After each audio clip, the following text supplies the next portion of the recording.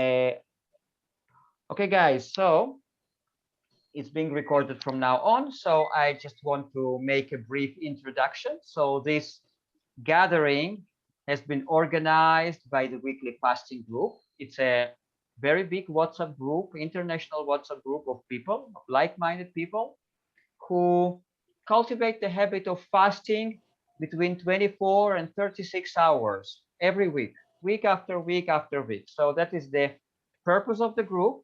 And around that, we are discussing different health issues, and we invite different interesting speakers for webinars. So if you are watching this video and if this idea appeals to you and you want to join this weekly fasting group, there are my details below the video. My name is Arik.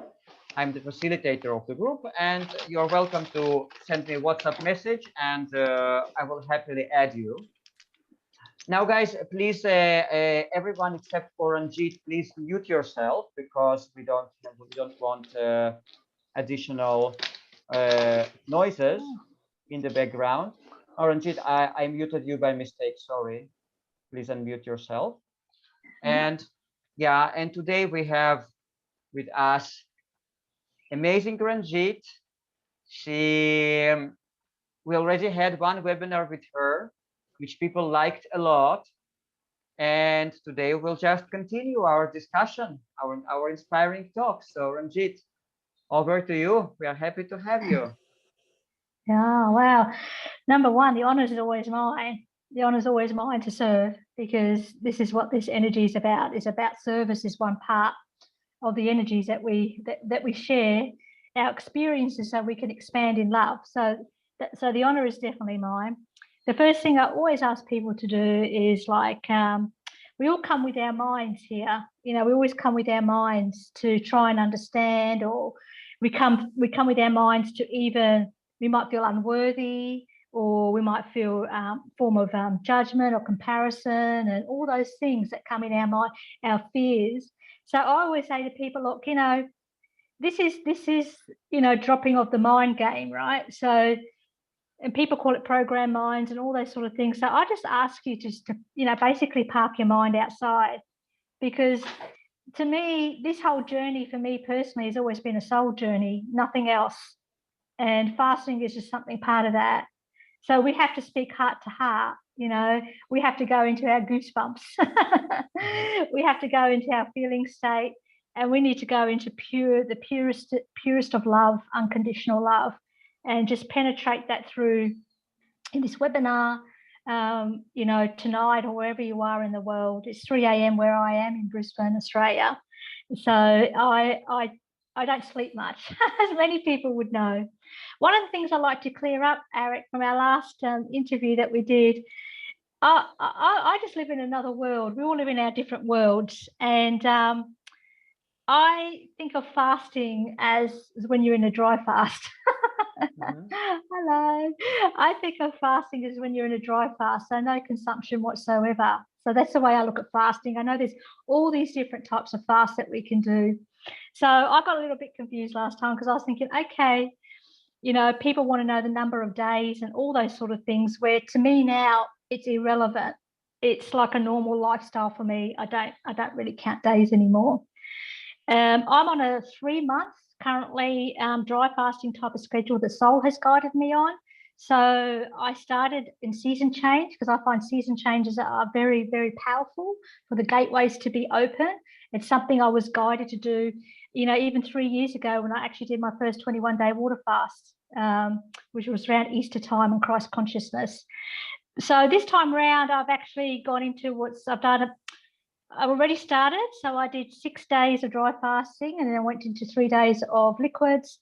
And then I basically went into about 6.5 days of dry fasting, and another 2.5 days of liquids. And now I'm currently in a dry fast. It's nearly, I think it's 4.5 days at the moment. And I do hard dry fasts.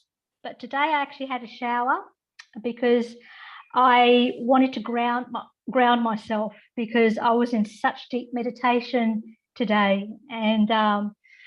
And sometimes when I go into meditation, or I fall into meditation, which is my rest as well, you go into places that you don't realize that you're going into. and the journey is such a personal experience. So with it was about 2018. I'll just be very, very brief. It was about 2018. I did the 21-day water fast. Personally, it didn't agree with me. It was the first 10 days was great. And as I continued, it was actually very taxing on my body. And the one thing that did happen was the one thing I've been crying out for was, oh my God, there you are, there you are, I became fully awakened. I thought, oh my goodness, there you are, God. There you are, the one within me. There you are, soul. I've been crying for you. We've been suppressed for so long, and this rose up very, very quickly. And my soul just said, no, we're going to find something else for you. And this is when I came across the Masterfast system. Not that we're promoting the Masterfast system. Everybody's on their own particular journey. But that was where I was guided. And I was guided there because it's actually a glorified dry fasting system, really. And it also had the spiritual aspect to it. And I didn't want to know, I didn't go into this for health reasons whatsoever. And I never knew what breatharian states were. I didn't even know that was a world in itself. I knew about fasting. I knew all the technical, nutritional aspects of fasting because I did do some intermittent fasting previously.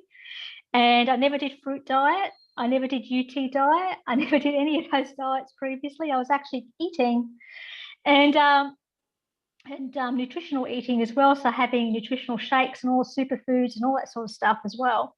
So when I came across MFS, I just kind of dove in. I thought that was it. And then I was guided. And before you know it, I did my first, what's called 108 days, which is no eating. So if you go to Masterfast, they have the protocols there. And from that, I kind of knew I'd never go back.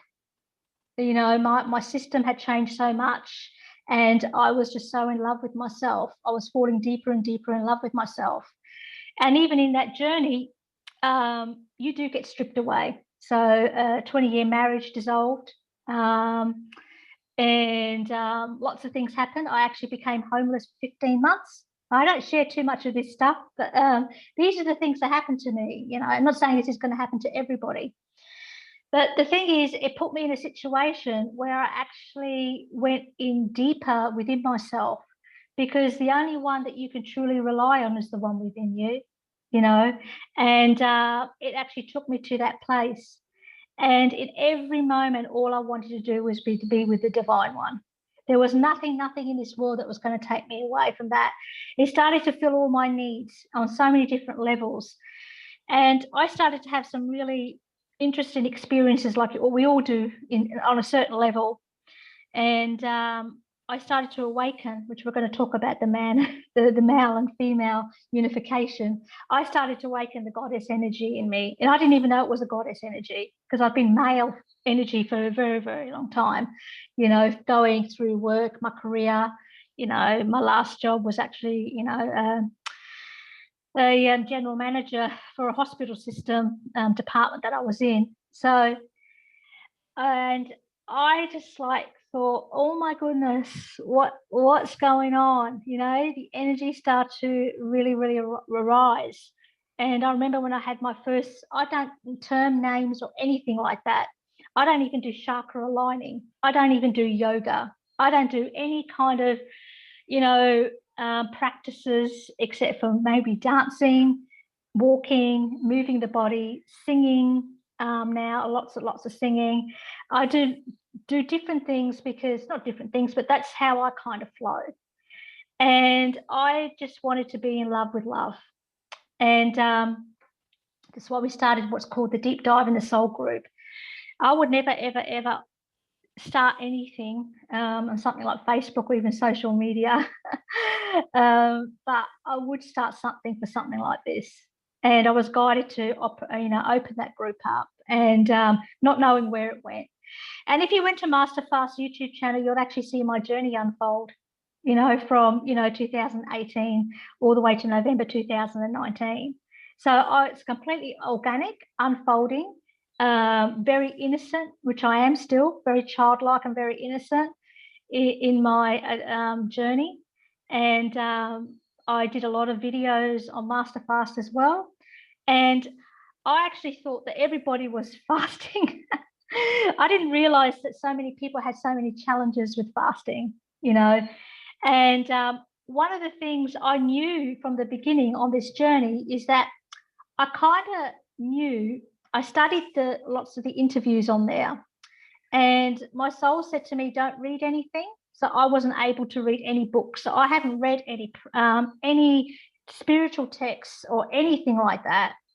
And I haven't, I just threw myself within inside me and just started to experience lots of beautiful, amazing things. And so on the journey, I did my first 108, and then I had a 2-month break. And I haven't done fruit or anything, but we break on fruit. And all I kept thinking to myself is, I've got to go back on. I've got to go back to liquids or, doing what I was doing before.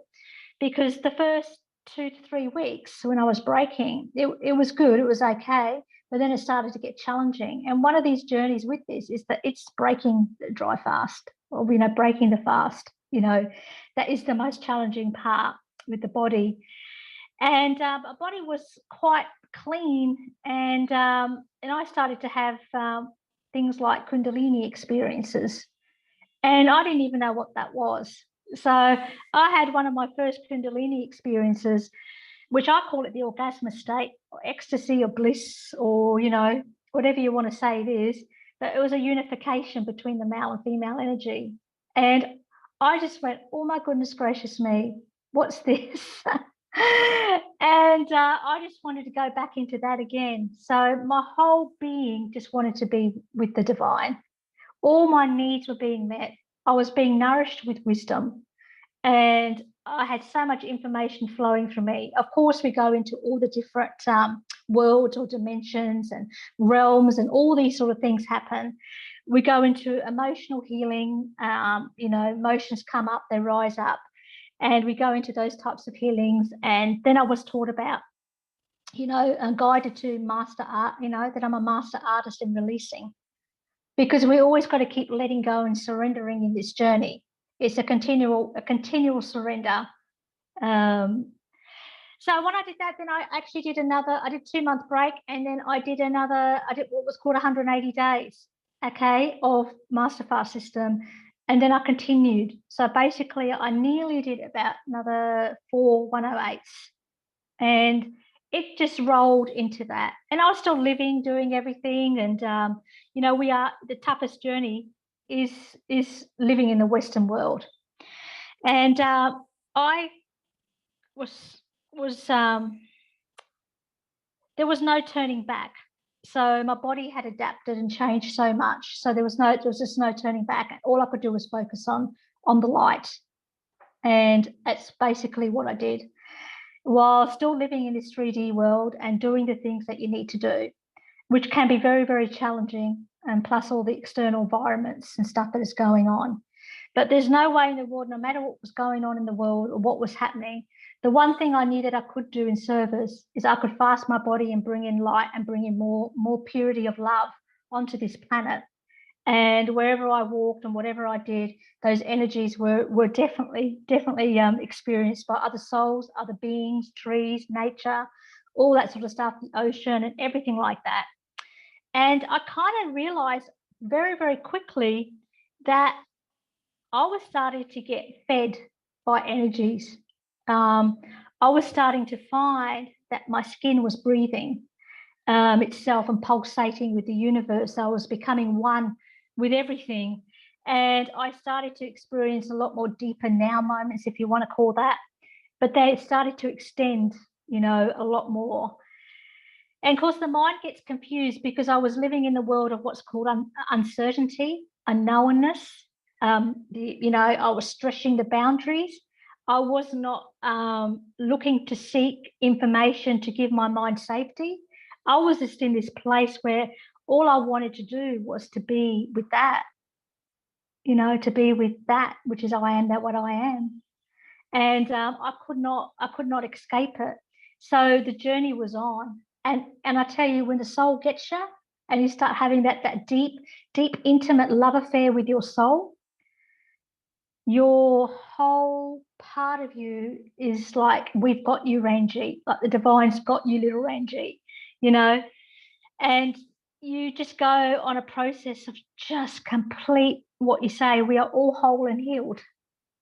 And, you know, we are all beautiful in who we are. We are all unique and we are soul guided. And sometimes this is why I said at the beginning, you must drop the mind, because the relationship with the soul is probably one of the best relationships you will ever have. Okay. And when you develop your purest relationship with your soul, which is attached to source, you know, the divine one, or whatever you want to call it, the universe, Christ consciousness, purity consciousness, Babaji state, whatever it is that you want to name these terms, is that when you develop that relationship, everything else on this planet, earth plane, changes. So your whole focus and everything changes into something that's really quite magical. So when you go, you know, hug a tree, you're not just hugging a tree, are you? You're going and being with inside the tree that's inside you. And so when you go and to the ocean, you know, which absolutely feeds you so many minerals and things like that, the ocean is incredible. You're not just seeing the ocean with your eyes. The ocean is inside of you, as we know, but it's actually feeling it. I mean, you people here would know so much more than I understand intellectually than I would ever understand. All I kind of understand for myself is that I feel the ocean first. I feel the moon first before I actually see it. I know that I am the sun, and I know that I radiate volcanic light. So I am that. And when you realize that you are that, what you are, that I actually realize that I am you and you are me, and I love you and I can't stop loving you. And when you tell me that you love me, then I kind of realize, okay, man, that means that you are loving yourself. And if you start to really, truly love yourself, then you can start to live off the energies, because then you come to a place of where you feel completely worthy, that you are enough and you are beautiful with who you are. And if you come to that place, you start to affect everything that is around you, you know, your children, your communities, your, you know, the heart around you, all beings, all plants, everything that's around you, because you do become the light and sound of what was you are creation, you know. So I kind of started to feel these things, and I just sunk myself deep into it. And of course, it wasn't just fasting that got me here, right? Fasting is an element of going to empty so you can get to the place of 0 point, that you can actually emotionally detach from everything that's on this earth plane here, move into the new earth plane if you want to. So it is a process of detaching and clearing out and just being in your own essence and presence of who you really truly are, which is the beautiful one in you. And I came to these deep realizations because I kind of felt, were there people like me on this planet? Were there people that were really, really, truly in love with love? I was so in love with love. The actual energy, the creation of everything that is love. And I mean that most unconditional, purest love that you can feel. It's not a love from the mind. It's a complete purity from the heart. So as I dove more into the heart, I started to open up something, you know, as you see the auras, or, you know, the atmosphere, the consciousness in the atmosphere, it started to expand and really, really grow. And I was connecting to things like just very quickly, and I started to have the pure consciousness to reign through me. So I had lots of powerful energies that started to come through me. I mean, it was so powerful, like your body will heat up. And sometimes I would be paralyzed on the floor. You know, it's just incredible. And you have to be soul guided. It doesn't matter how much you read or whatever you do, you must have that relationship with the soul, because it will guide you. Like sometimes I had to go into the cosmos and into other realms or rooms or whatever you want to call them, to manage the energy that floods through your body, because it's very intense. And I kind of felt like not many people, if they're on this journey and they want to live the breatharian state or live on prana or mana or chi or cultivate those energies inside of you, it's very, very tough. It is a very, very tough journey just with the energies. It's not, sometimes I don't think it's for the faint-hearted. And this is where you really have to surrender. And I talk about surrender a lot because it's not just surrendering, you're just letting go or giving up. I'm talking about surrender like this. So just say, for example, you go on this journey and then you come to your childhood thoughts and you might have a thought where, you could have been abused. Okay. You go to that particular event, which, by the way, it's not your event. Okay. It's just something, a circumstance that occurred in your past life. You go to that event, right? And you go behind what you see in that event and you break it all down. Then you ultimately come to what's called a thought, because it's clumps of thoughts that come together. And when you get to that thought, you break that thought down and then you come into the place which is called the space. And when you come into the space, you actually see God. And God or source or universe, there it is right there, even in that circumstance. It was loving on everything and you. And when you go into that space, what I kind of did was you surrender into that space more and deeper, and you expand that space, which is called the nothing zone. There's nothing there. And this is why we empty our body. We go into complete zero. We go into nothing. We go into flatline. You are actually starting to dissolve yourself. You're dissolving the conflict within you. And as you go dissolving the conflict, you are surrendering into that and you are falling, which some people call it the void. I think it's more deeper than the void. You actually start to fall into that space and you go to a place which is, I call it dead space.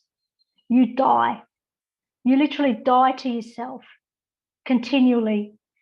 And as you die to yourself and you go into nothing, you arise in sound. As you rise in sound, you arise into the light. And as you rise into light, you rise into love. And there you go. And then you just kind of just say, wow. And that's the place you can. And I said to myself, if I'm going to be doing this, I want to live in the space while I'm operating on this planet. So I went through a stage where I went into complete separation from self, complete separation from my mind, complete separation, of detachments. Emotional detachments is everything. It's to do with food, it's to do with lust. It's to do with buying things. That's why it's very good to go minimalistic. It's to do with everything, right? It's all emotional, and you can say it comes from your childhood or genetic makeup and all that sort of stuff. You can read into ancestry lines and all that sort of thing. And as you go into space, you start to understand that you're cleaning up not just for yourself, but for the all. So for all consciousnesses, past, present, and future. So you surrendering your vessel to something greater than yourself. And as the energy or as you get taken over by pure consciousness,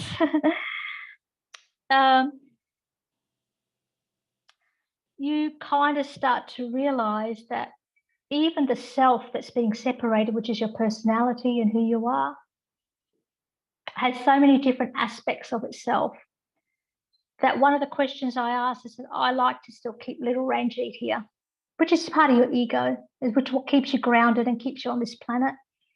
So I said, I like to keep little Ranjeet with us, because the thing is, yourself or your ego still has choices.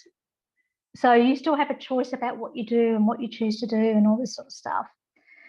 But when you bring your little version of yourself into the immersion of this is when it starts to become something very magical.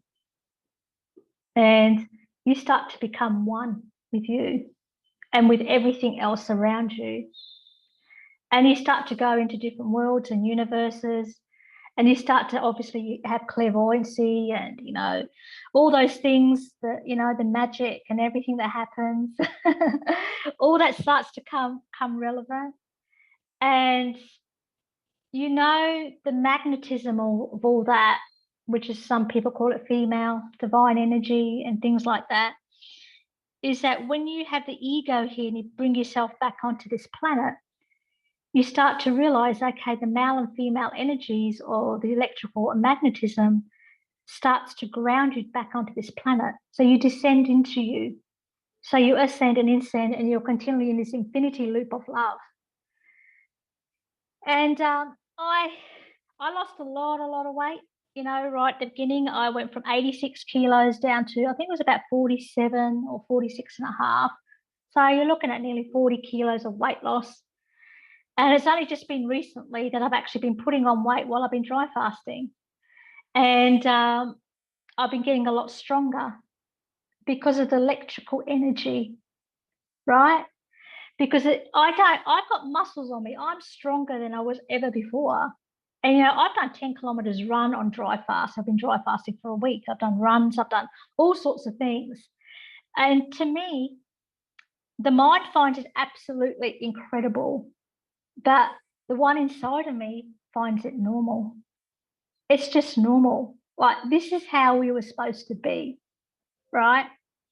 We're not meant to, like, I don't go to the gym or do any of that sort of stuff. I do everything in nature. Everything that we have got is already given to us. And because the other thing with weight, right, people get very, very skinny, or some people find it hard to lose weight too. Forget it. Don't worry about it. If your body has to strip down to being skin and bone, it will always regenerate because of the electricity. But as long as you are surrendering into the one within you and you are ready for this journey, because your metabolism, and lots of people have different sciences about metabolism, but your metabolism will slow down, right? And people think, oh, when your metabolism slows down, it starts to eat your muscle and all this sort of stuff, right? At the beginning, it probably will. But when you start to go on this journey, you realize the benefit of a slow metabolism. You start to become very, very centered, calm. Your breath slows down and your body isn't processing as much. It's actually just living on light. And you realize that a slow metabolism gives you a long life. You actually have longevity. And that is same with the slow breath. You know, everything comes down to its center and it just completely slows down. And as your metabolism slows down, of course, you know, I have liquids. I can go in a 10 kilo period, like with my dries and wets. I can move 10 kilos very, very quickly. But also what happens as well, when you are operating as a woman, because I'm a woman here on this planet, right? So I can talk from the experience of a female form. And there's hormones, there's glands. I'm going to go into that in a moment. But from a female form, my body, and I will also say this would happen with male forms as well, my body is continually in harmonization with the universe. So my body is continually expanding and contracting. So it's moving with the vibration or the fields or whatever you want to, frequencies or whatever you want to call it. It's continually harmonizing. And the key thing with this, you have to completely keep yourself open. You have to keep all your channels open. You have to open up all your portals. And that's another thing I didn't do. I didn't do anything about lining up chakras, right? All I did was open up the heart and cultivated, I would say, the female sexual energy. I don't know how I worked it out, but the soul kind of guided me. We're going to, you know, I haven't had penetration or physical sex for, I think it's just over 8 years. And so I was finding that I am now, I call myself a resurrected virgin, but I was finding it was cleaning up my womb. And as I was cleaning up my womb, I noticed, this is how the Kundalini experiences and having this unification kind of happened, that fluids were moving. I could feel the fluids moving through my body.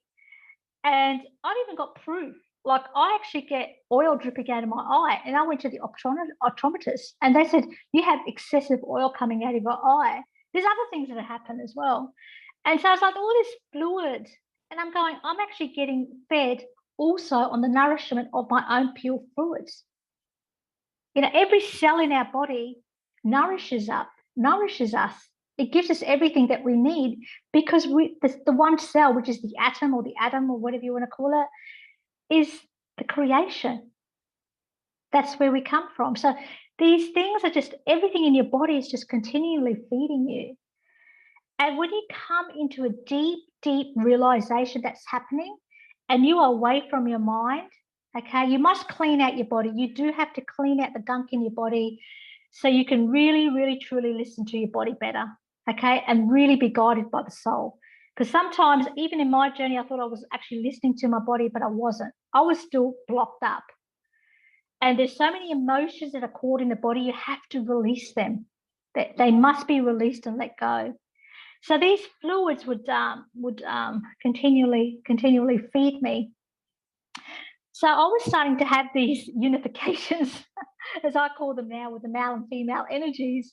I was starting to have, I would say, it's sex with myself and the divine. And I would go to walking around in the shopping centres or wherever I am, and all of a sudden I would have a Kundalini type of experience.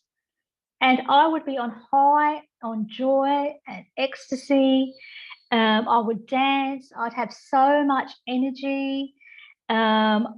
You just could not get me down. I mean, if you really watch my journey for the last 2.5 years, or even if you ask anyone here, I just don't stop. I literally don't stop. You know, I'm always moving, doing something, you know. I feel there's a sense of urgency, and I wanted to experience this, and I wanted to tell lots of women about this as well, is that ecstasy that you have within yourself is the most fulfilling, incredible experience. It's so sacred with the divine. Like, honestly, you just like, you know, and if you've got a great partner and stuff like that, I'm not saying that you have to be celibate or anything like that. I'm just saying this is from my experience. But when you really, really start to have the sacristy with the divine one within you, and you're a female, you go into some places like, I don't know if I'm sure a male can go there, but you can take your male partner with you. You know, you can, you can really feel the ecstatic joy and bliss of the unification. And when we unify ourselves first, then we can help to unify the planet together. We must be unified within ourselves. And this is where it always comes down to being in love with love. You know, you have to totally love yourself so much. You are just so incredibly beautiful. You know, if you can't love yourself, I love you. I love you so much, you know, with everything in me. So that's how I kind of worked out the weight loss thing. And my soul always said to me that, you know, we regenerate. So we always continually create, like my hair. I mean, I had done, you know, all that stuff about proteins and nutrition and this and that. I just dumped it all. You know, I just dumped all that information. I went, I'm just focusing on something of a new world because the gateway's open. And right at the moment, every single key to every single door is unlocked.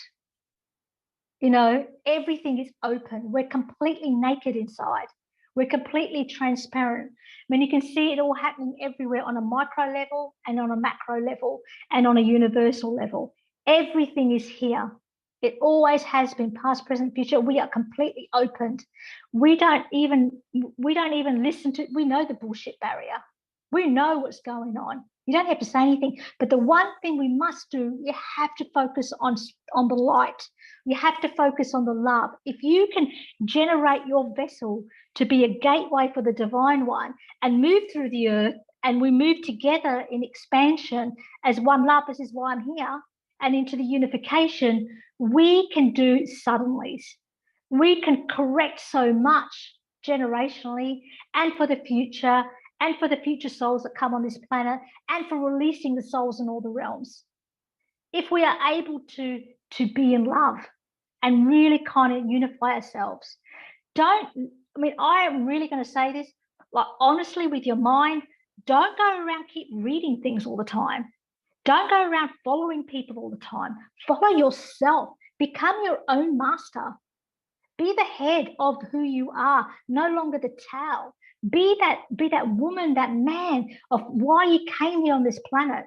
Evolve your soul here. You've got to do everything here on this planet. You don't want to go to the other side and still leave things unresolved.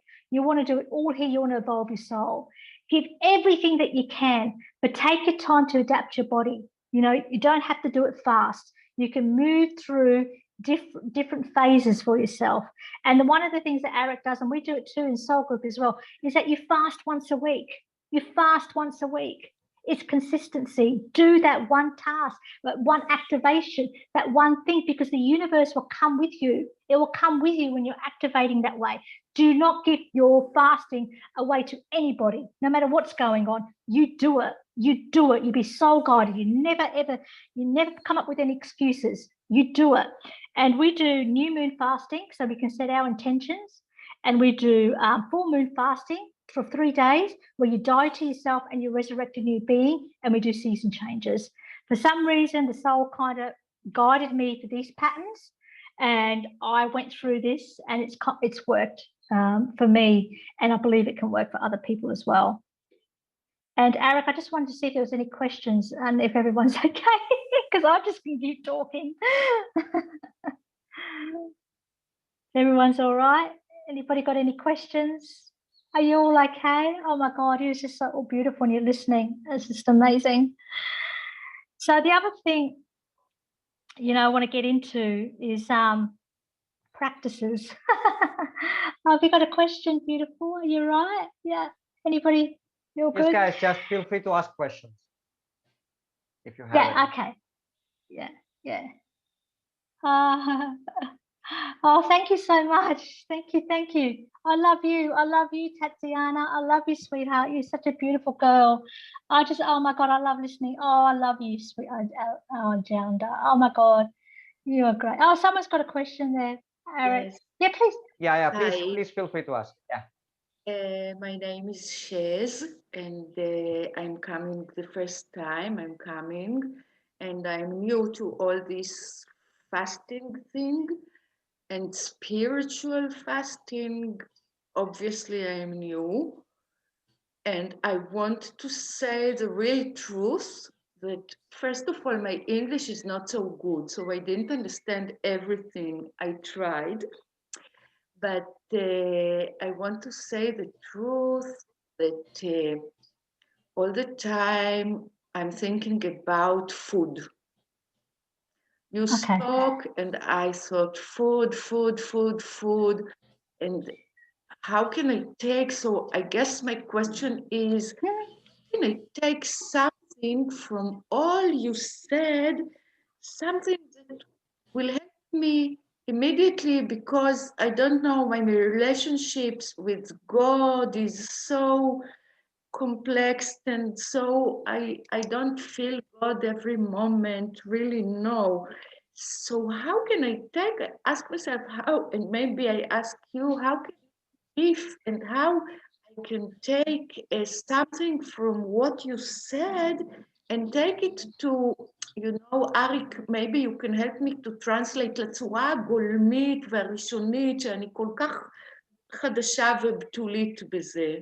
Okay. So how would you take it? Like, what would you advise for the beginner, on this path, who is who just wants basic knowledge about how to deal with those food thoughts, food cravings, etc.?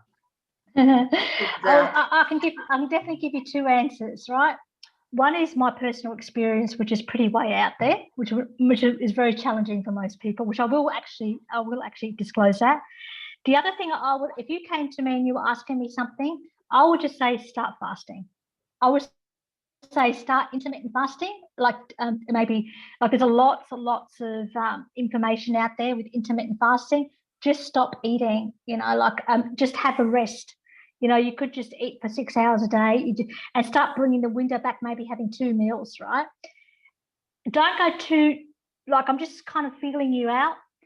For you, I think don't go too drastic. Take it very, very steady for yourself.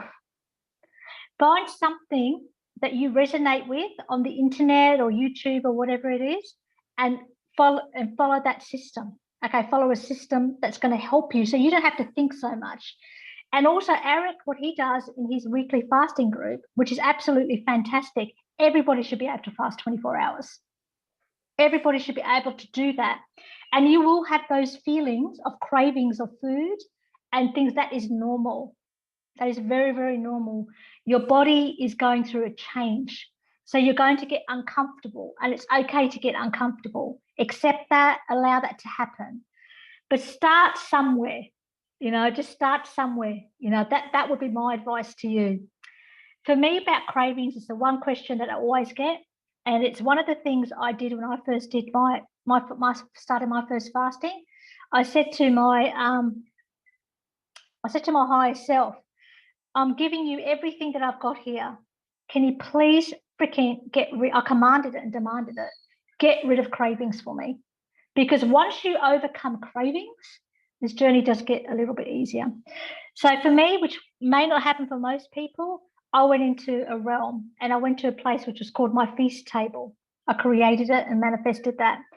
And there I ate and drank everything that I wanted to. It was my party place. I had people with me that ate with me, and I did all that. And that's where I had my fun. But I used to fall in deep meditation. So I used to fall into that place, and then I would, if I wanted to have some fun, because for sure, 100% you're right. When you start this journey, it's all going to be thinking about food. You're going to be thinking about food. You're going to be thinking about food from childhood. You're going to be thinking about all the emotions that come with food. And this is part of the healing process for yourself. So accept that that's going to happen, and then find a solution for yourself, how you manage that. And one is like join a group like this, a weekly fasting group or something, and be supported, because nobody out there, if they're not fasting, it doesn't matter how much you try and get support from other people, they're not going to get it, and you're not going to get supported. And they would, I went through a phase. I didn't tell anyone I was fasting. I just wanted to be with my heart. The spiritual aspect here, beautiful, beautiful, beautiful soul, is that my journey is very, very unique, and not very many souls are even going to be able to, get to where I am in a short time. It's going to take time, and start developing a deep, deep love and relationship with your soul first. Start developing that love affair with you, because that will also help you to with the food aspect as well, plus emotions, because emotions are going to come up for you for sure. That's a really wonderful question. Thank you for that honor of that question. Beautiful. That's beautiful. Thank you. Yeah, Shez, That's good. And if you need after that any translation into Hebrew or something like that of what she said, I will be. You just contact me personally, and then I'll be happy to explain it to you, Ranjeet. But I didn't get it. I'm sorry, I didn't get you when you said about your feasting table or something like that. Was it part of your meditation where you invite people to feast with you or something like that? Could you please expand on that? Yeah, for sure. So I wanted to overcome cravings, right? So what I did, one is like you have to go into the observed state. You can't stay in your mind. It just doesn't work. So I knew I had to be in my observed state and be the watcher of my mind. And then I went into what's called a realm or a meditation space or a room where I created for myself, where I could eat as much as I wanted to eat. I experienced whatever you wanted. Yeah, whatever you wanted, how much? Whatever I wanted, how much I wanted. Yeah, and play music. I even had a cigar there, all sorts of things. It was my playroom, because what happens, all these thoughts come up when you first start this journey. So the thoughts of food, it's going to be at the front focal of your mind. So, you have to recognize and honor that's going to happen. Don't try and suppress it down, allow it to rise up. And then you can look at the emotions and go back into your childhood if you want to. I didn't. I just like went, oh, okay, you know, I felt like a curry, or I felt like this, or I felt like that, and you know, takeaway food or whatever it was, and I just honored it, like, okay, you know, and released it that way through that process. And sometimes I could taste food in my mouth, especially when it was dry fasting. So I had those experiences as well, a form of manifestation. So that was pretty cool. That was fun. I don't do it hardly much at all now.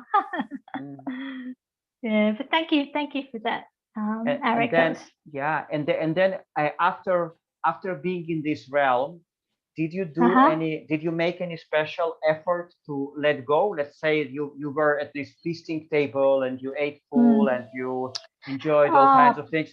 Did you what did you do in your mind after that to release it? Did you do anything special? That's very beautiful. You've asked a very, very beautiful question. That's when I experienced realms. And that's when my soul guided me on things like emotional stuff that come up for healing.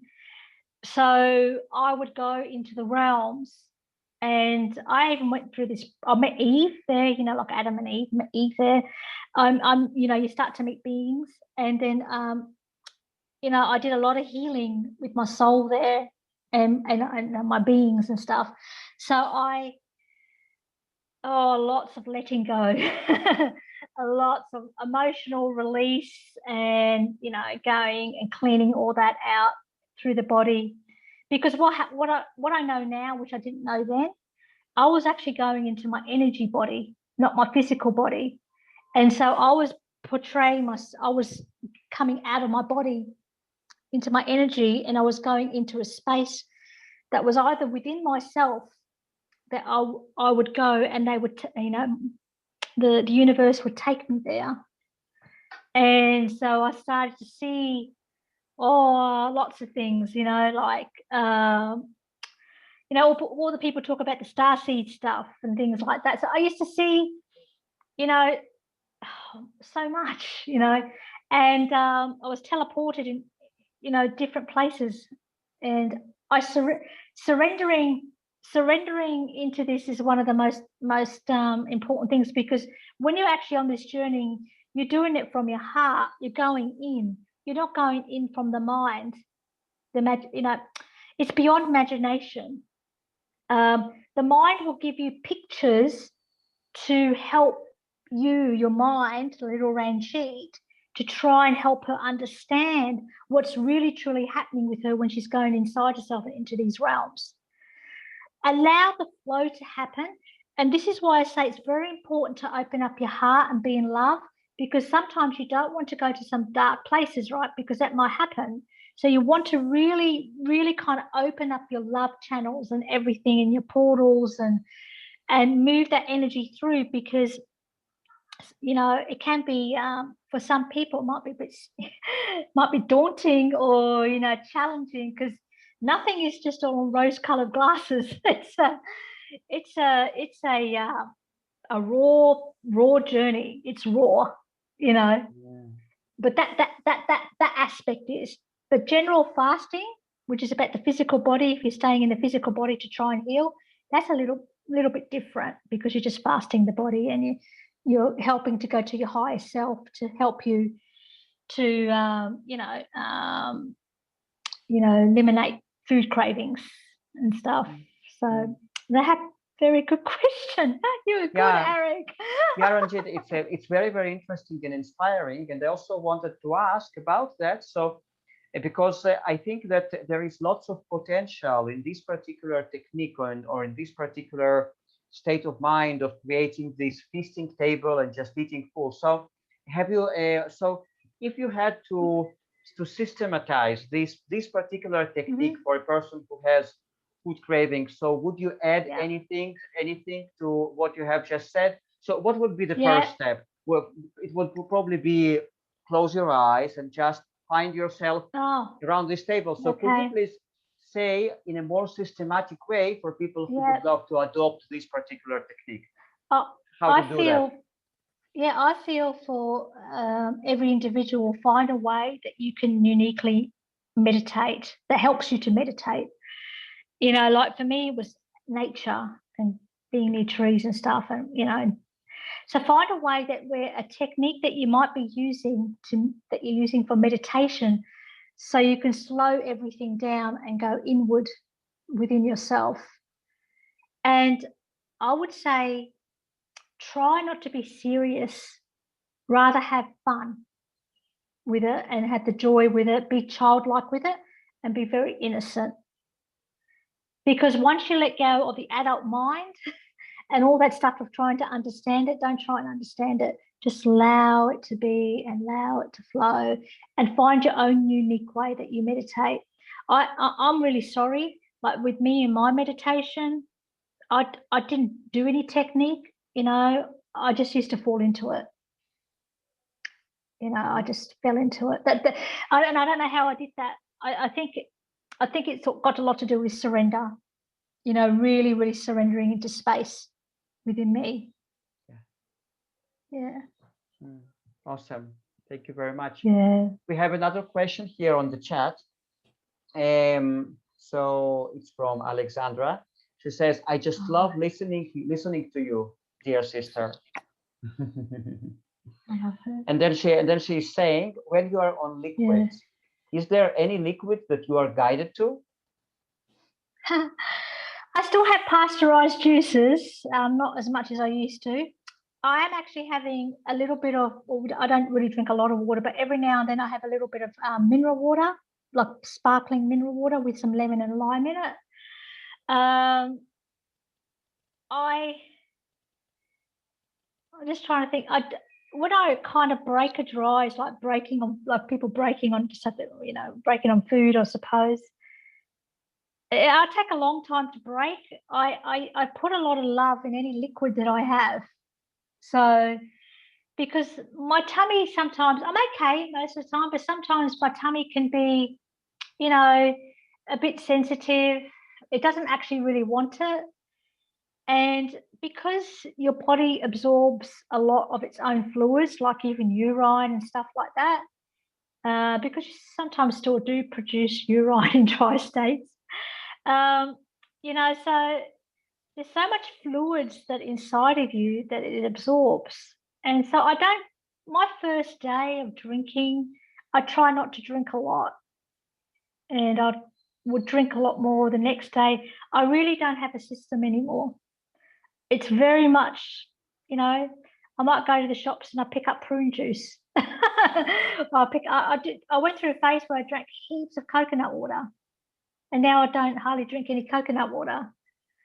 And I do still have herbs, like tincture herbs, and I do take some. This is on my wet days, and I do take some, like a mineral drink that I have, ocean minerals. I take that. Yeah, I don't have herbal teas. If I went somewhere and someone offered me a herbal tea, I'd probably have a little bit, you know. I don't want to not love on people that are around me. Some people still offer me food and things like that. And, you know, I do lots of little tricks there. You become very smart, you know, in this journey. You know, you become, very, very smart, because people, especially the people that love and care about you, they just don't understand. You know, this is why, like, you having this group here, Arik, and like me having the soul group, is we're just a really unique, attractive, beautiful family that are together because and supporting each other. You will not do this journey alone. I'll tell you that right now. You cannot do this journey alone. Yeah. And you just can't. You know that, hey. Yeah. Yeah, Ranjeet, so could you please share some of your tricks or some of your methods of behavior with people who really want you to eat? They offer you all this food, all their love. So how to refuse the food on the one hand, and on the other hand, not to upset them so that they're still in this loving mode? I do tell people I do spiritually fast, and then I'm having a spiritual journey and going inward with God. And part of that is I do some fasting. So when they invite me or something, I just say, look, I'm meditating or fasting today. I may not be able to attend. But, some things you cannot attend, like, weddings and things like that. And in actual fact, for me personally, I mean, this whole situation with the world and staying at home, it's one of the best opportunities ever, to do this journey, because you just don't have as many people inviting you out. I've taught other people how to behave with me. So that was a process, because as I was changing, my field strength gets higher. So it's very, very challenging for people to ask, but they know I spiritually fast. And my friends will accept me fasting and they're really good, but your family and that, especially being Indian, is always a little bit more challenging. And sometimes when my weight fluctuates so much, that causes issues. But I've done lots of things like, you can put the food in your mouth and then you can go to the toilet and spit it out. Sorry, I'm really, really sorry I have done that. Or I hold a plate for ages and sometimes I see the bin and I'll throw it. But I'm always thankful for the person that's made it, because they made it for me, and I really love them. And so there's lots of little things I've done like that. Obviously, I don't go to cafes or restaurants and all that sort of thing. If people want to meet me, they have to meet me on my level. So I'm very strong. So I say, let's go for a walk. You want to come for a walk? So I'm changing the relationship. So if they want to be in my life, they're going to have to do some of the things that I do. You know what I mean? It's my space, my energy. And most people want to hang around you because you're much more lighter. You're much more happier. So many, many people want to be in your energy. So do not, in any circumstance, bring yourself down to the way that you really truly want to live, and you have to stand up for yourself. Doesn't mean you have an argument with that person. Like some people, I talk to them in the realms, that helps. Or I ask my universe before I go somewhere, if I go to a function, to clear the path for me, that that I don't eat. Like, it makes it easier for me, and that's worked a lot. So you really come in trusting the flow state, and it's going to happen at the beginning. The journey is going to be like that because you're changing, and everything else changes around you when you change. So that's just something you have to accept. Yeah. Amazing, amazing. We have another question from Elaine here on the Zoom, on the chat. I love your Ranjeet. I imagine you are not I imagine you are not concerned, but if you ended up being forced to vaccinate, do you think it would not affect you? Okay. Oh. Oh, thank you for your question, Elaine. And I'm trying to think of a way to try and answer this. Right. I'm going to do everything that I possibly can, right? Obviously, and not to be. But the one thing that happened in September last year, remember, Elaine? I was saying, everybody get ready, get ready. This is before the COVID thing happened. Get ready, get your bodies ready, get yourself into light, move your body into that space, right?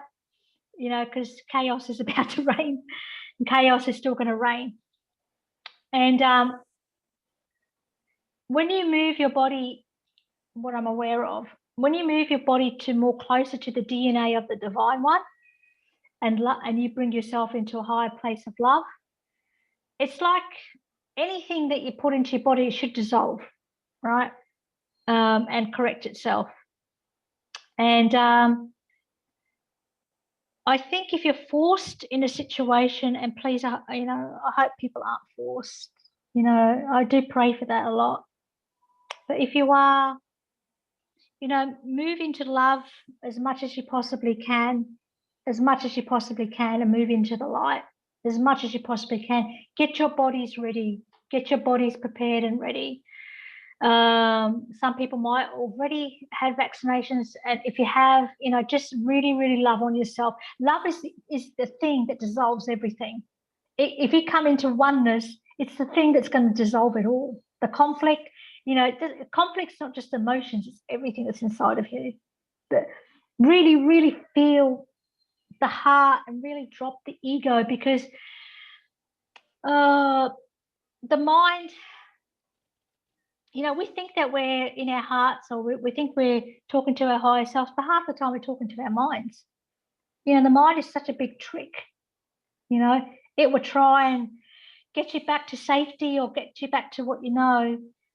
But I kind of just keep fasting. I missed the Russian doctor, but I'm sure he would have talked about fasting your body, about what's going on. I'm sure of it, because, like, you know, it gets rid of everything. Look, you know how much your body corrects itself. You know, even skeletal wise. You know, with fasting, dry fasting. Yeah. I don't know if I answered your question, Elaine. I love you. Yes, I would like to ask you one question, Ranjeet. Hi. Yes. Yeah, Hello. I'm Devendra from Paris. Oh, you're from Paris? Yes. Oh, And wow. and I would like to ask you, when was the first time that you start fasting? It is on a spiritual level first, and your process of fasting is a healing process as well as a spiritual process. Listening to you, it's both mixed together. Is that right? Yeah, it does. So I first started spiritually fasting in 2018. Yep, 2018 March. In March 2018, I did the first 21-day water fast. Before that, I did do some intermittent fasting. I knew lots about the science about it. I knew about insulin resistance, cortisol, hormone. I knew a lot about hormones in regards to intermittent fasting and stuff like that. And by the way, intermittent fasting was okay, but didn't really kind of work for me. And I came to the spiritual journey because I was crying deep inside of myself, and I was having some deep challenges in my life, and I felt very, very suppressed. And I was just literally screaming out, because I didn't actually even care at that stage.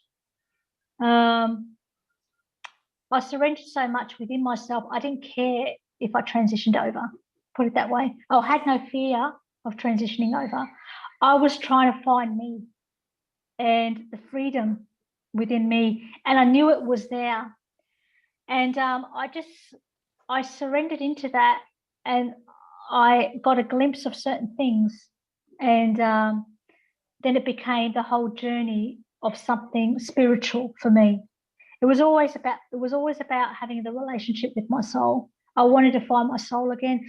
I don't think it's just fasting. You would have to probably go right back into my childhood as well, because I've had some mystical experiences, how I was born, how I come on this planet. You know, I've got all those realizations now. I have died and gone to the other side and come back. I actually did a 6-month fast when I was 17, and I didn't know anything about fasting then. And that was just something I just organically done. So if you go back through my life, and then I became a born again Christian because my husband was really sick, and I met my 3 beings then physically with my eye. So I've had all these little tiny, crossroad things that have been happening on my soul path, right? And I just went to a stage where I just want to be with God, and I just let that all go. And then from that, of course, we are all whole and healed in the light, right? We are all whole and healed, and all our needs are met. And my mind was dumping all the stuff that I knew that wasn't true. So when I look at you, I can only see you whole and healed. You are the purest being of your essence that I see, because that's what I see in myself. And if I see that in you, it will activate you. It'll plant some seeds. It will help you, and you will love yourself more, because you are that. You are me. Yeah. Did I answer your question? Yes. Okay. Amazing. Very, very inspiring. And I can guess that you are on a very high level spiritual path. You have lots of faith in God, in yourself. And when you started loving yourself, that means that you don't need anyone to love you. No. You don't need. So you start loving yourself. But in the Western country, it is said to be you are very narcissistic, you know, when you love yourself. This is the dichotomy of being Indian background and living in the West. You see? Yeah. I think, Indian, I'm Punjabi, and I was born in the UK but brought up in Australia in a very cultural home. And I think a lot of my journey, when you tap into your genetics, has a lot to do with some of the things that are already implanted in your cells from your history, from your genes and things like that. That's already in there. My soul guided me to tap myself into that, especially my grandmother's line. So I went through a whole journey with my grandmothers, and I noticed how the womb, the womb is so clean, and how that is creation. And I don't know how lots of these realizations come through for me, but I kind of felt I trusted it a lot, and I have a very high intuition generally. Like most women have very high intuition. My intuition is very, very high. And so I felt it. The experiences I was having were started to become more of a truth, and I started to feel that the other world was more truthful than this world. But I still wanted to be in this world because I love humans, and I love you. So I wanted to stay here, and I was trying to figure out, like you're talking about narcissistic, that's a personality trait. But when you start to let go of the mind, those things don't exist. It's just a term that man made to be truth, because you're looking at survival, you're looking at, there's a different form of selfishness. It's not a self-care. It's not the expansion of love. But yes, you must love yourself first in order to love someone else. So you have to go in but even when I was going with this process, I was loving on everyone, still go. You talk to anyone, like some of my people that followed me for 2.5 years here, they will probably say to you, I loved on them, even when I was learning to love myself more and becoming more self-worth, because you are that, you are worthy, right? You are enough. You are everything. You are everything and whole and complete. You deserve all you deserve to have unification. You deserve to feel the divine sex, because it's not a physical thing, it's an energetic thing. And when you go into the, as I call it, the orgasmic state, everywhere you go, everyone, like I think I gave the experience about the tomato last time. You're actually having ecstasy with everything around you in the atmosphere, and everyone feels the energy. It's a healing energy, and you are stay in that state of absolute bliss, because that's your natural state. The state of the mind, the fallen mind, is not your natural state. So therefore, narcissism doesn't exist. Man-made items don't exist. Big pharma doesn't exist. Corporations don't exist. Even though they're still divinely created, the mind, people, personalities get involved and corrupt things. Thank you very much. You are so loving. Really, to be always in love with love, it's a very great thing. Yeah, isn't it? All what you're saying resonate in me. It's the same frequencies. I can experience it while you were talking. So thank you. You're very unique, I tell you. And I think that you have lots of memories of your past life in this present life. Yeah. And you're very unique. And thank you for saying in love with love, because you were created from love. Yeah. Always. Then you can be happy.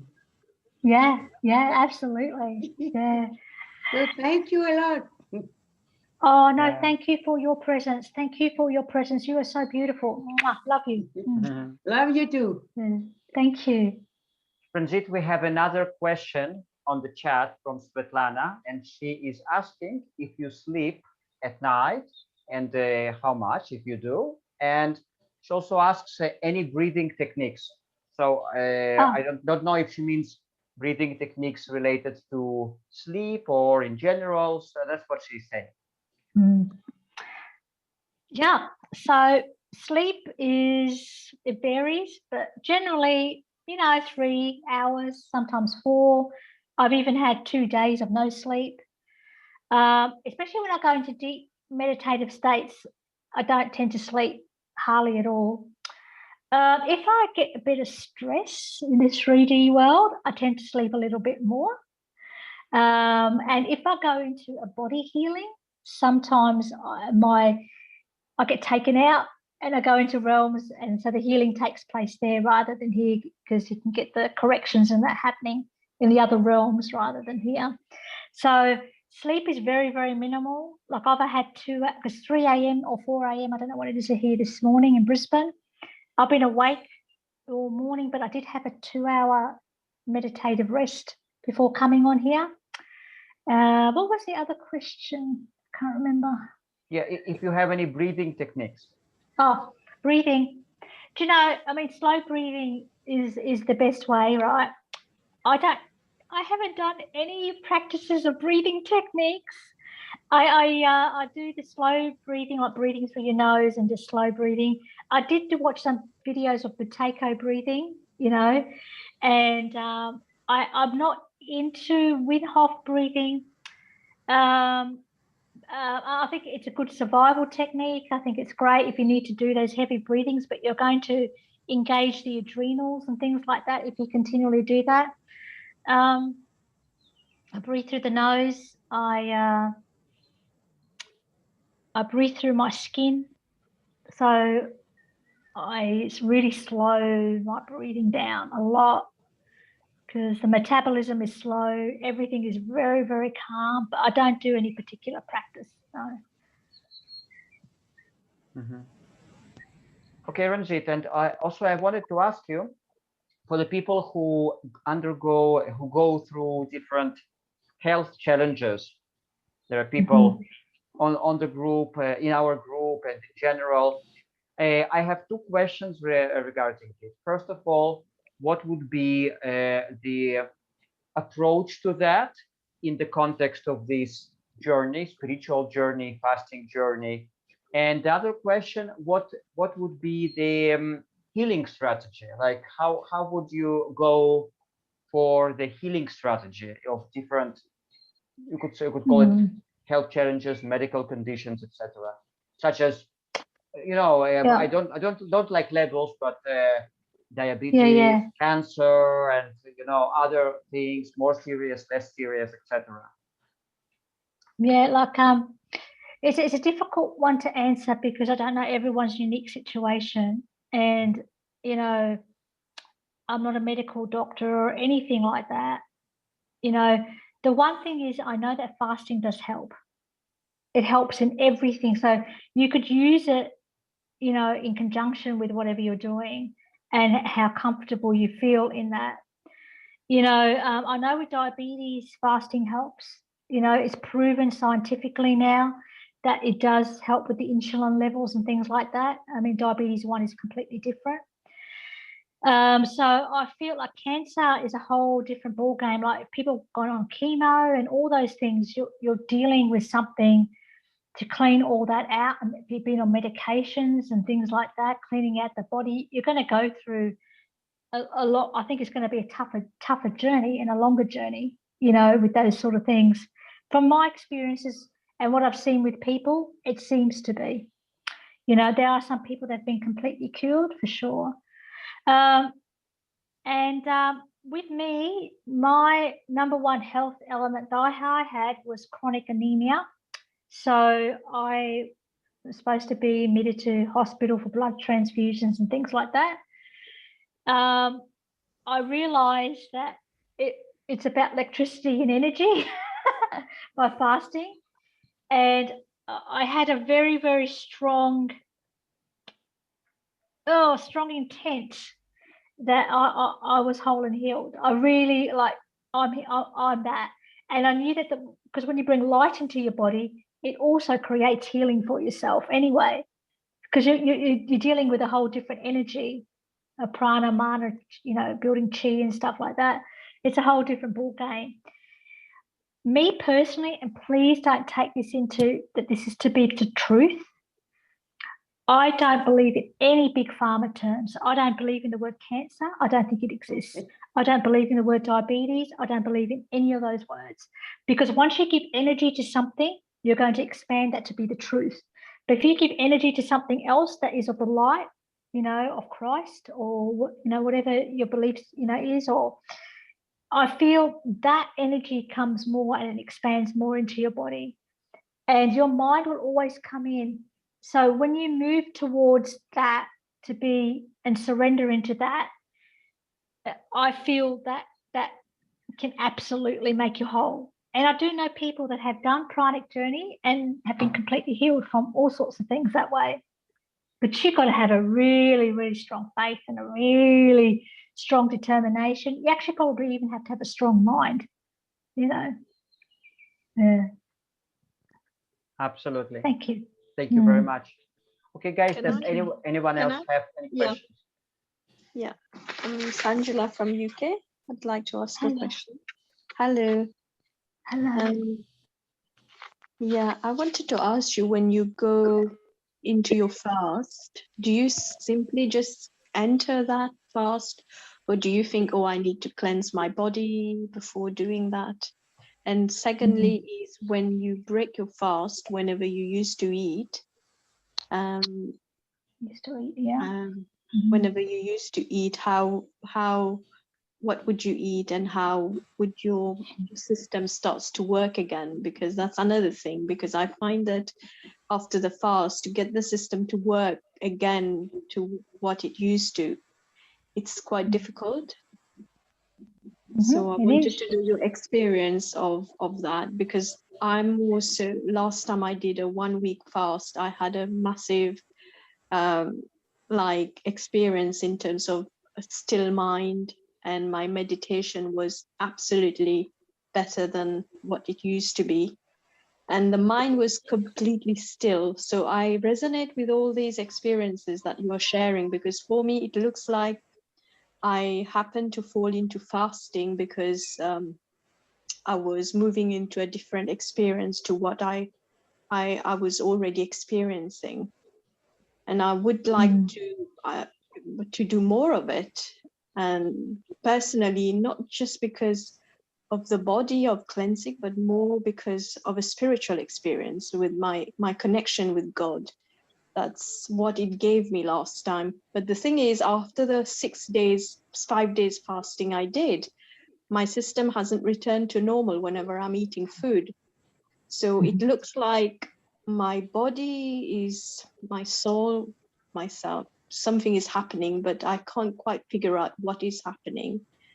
And I feel like where my stomach is, there are some blocked energy. Probably that's also why whatever I'm eating is not allowing me to go properly. So what is your Yeah, I see two things here. One is the spiritual aspect, right? Your soul is calling you, right? It's calling you to come within itself and deeper. And by, yeah, absolutely unblocking you and cleaning you out. It doesn't want you to go back. Your soul never ever wants you to go back. And every time I don't know if you're doing dry fast or water fast, but with a dry fast, your soul already knows that you're entering into a fast before your mind even knows. So your soul kind of starts to prepare itself. This is why you need to surrender into your soul and really trust that and build that relationship with the soul first, because you start to be guided, and it will help you before you even the mind. See, once you enter into the mind with all this, it takes you on a different path, because you're wanting to know this and this and this. And I don't know how far, what other fasts you've done and what your body is, but what I'm kind of gathering and reading from you is that your body does want to fast more, and it wants to clean out more. And your mind will always take you back to whatever foods that you want to eat and stuff like that. If you're going to break a fast, I mean, they say that it is best to do it with fruit and, like watermelon or melons and things like that, and to be easier on your digestive system. And you need to sort of look at more those type of elevated foods, I feel, more so. Some people do vegan and things like that, but even vegan food can be very, very harsh on the stomach physically. I think like I said to this other beautiful lady before, is to find a system, right, to help you and support you into the questions of the mind about how to break a fast. Because breaking a fast is one of the most challenging things you can do. But if I had you, I would probably say to you, break it with fruit and have liquids and start to feel comfortable to start eating again. But you see, the thing is, when you start eating, you're going to block yourself up very, very quickly, because once you start fasting and you're cleaning out your system, your body doesn't want to get blocked up.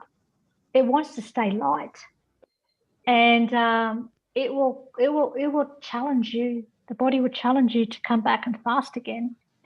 And if you start to do some really long ones, consecutive days, you really going to have to know what you're really truly doing, because you can really hurt yourself if you don't break a fast properly. But I feel with you, as you said, you're resonating with a lot of the things I'm saying and things like that. So you're being pulled to fast more and have more rest in your digestion, and stick to a consistent plan that you're finding that works for you.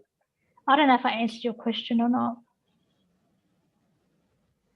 Yes. Yeah, it's true what you're saying, because I'm feeling pulled into something deeper, because Yes, it's you are. it's like I'm already deep, and it's like, how deeper can you get? And it's huge. This is what I'm discovering. It's huge. It never stops. Yeah, it's so unlimited. It's amazing. Mm-hmm. But what It I was is amazing. Yeah, what I was saying, like when you started your journey into fasting, did you think, oh, I need to cleanse my body before fasting? Or you just said, okay, I'm fasting, so this is what it is, and you just fasted? Yeah, well, my soul guided me to do the master fast system, and which is 108 days of fasting and lots of dries, because my soul wanted me to dry fast. So it guided me to that system, and I had a support mechanism in there. And that's why support's very important. You can't do this journey on your own.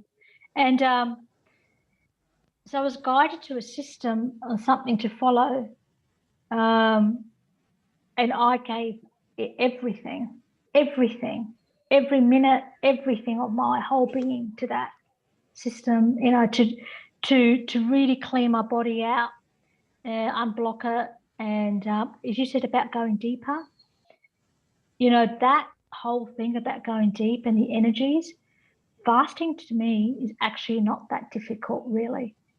It's not really that challenging to fast the body. The challenging thing is how to manage these powerful energies that flood through your body. That's the challenging thing, and that's the tough journey. And also your emotions as well. Yeah. I keep hearing you saying master fasting. Mm-hmm. Is that what you did? You got guidance? Is that something that's a system. Help, support, guidance in this? Yeah, that's a system I personally use. I'm not saying it's for everybody. You have to be really ready, and I think they've changed a lot of the system. But I think you have to. It's a powerful system, so you need to be really ready for that one. It was a supportive environment, and there's quite a few people on here that have actually done master fast. Some of my beautiful family members here, and that's one system. But there's plenty of others as well, and you just got to find the one that's right for you. Like what even Arik does here, the 24 hours, 36-hour fast, just something like that is actually quite, if you say consistent with it. The key thing to this journey really is support. It's really having people that are like-minded like yourself and having that support around you, and just finding something to just get yourself started. you know, and move towards that. So it's really difficult to answer your questions because I don't know what sort of fasting you've done and if you're eating meat or not eating meat. And if you are you doing enemas? Like, are you flushing your bowels? So there's all those questions that are in the physical aspect that are coming through. But my heart says to me that I think you're someone that's going to go very long on this journey, and just take it easy. Just take it, you know, step by step, you know. Yeah, I am vegan. I've been vegan for the last 6 Okay. years now, and Wow. yeah, I'm like, since I've been fasting, I noticed that it's not accepting normal food, and I'm having to take fruits and juice and smoothies, and then because I feel kind of like stuck, then it's like naturally I'm not going back to normal food. And yes, I do enemas as well because I like to keep my system clean. I'll do that. I don't let myself get clogged up. Okay. Yeah. It's just the way that things are going for me. You see, the reason I went into the fasting, because I noticed that my digestive system is kind of changed. Then I just jumped straight away into fasting.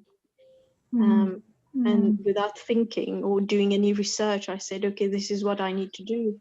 And then I started doing it, and then I managed 5 days. Of course, I was getting cravings, but then I went into it saying, I'm going to be the master of my mind, my intellect, my personality. I'm going to stick to that. And whenever I feel like eating, this is what I'll remind myself, because this is my intention. And that's how I succeeded. Despite the cravings were coming, I was more determined not to have it and to do with my intent, to go with my intention. I think in Arik's YouTube channel, I don't know if you've watched the other interviews, there's some pretty good people here. I think he's interviewed with fasting and breaking fasts and things like that. I think he had the Russian doctor on here. I would go watch. I would just go watch some of those.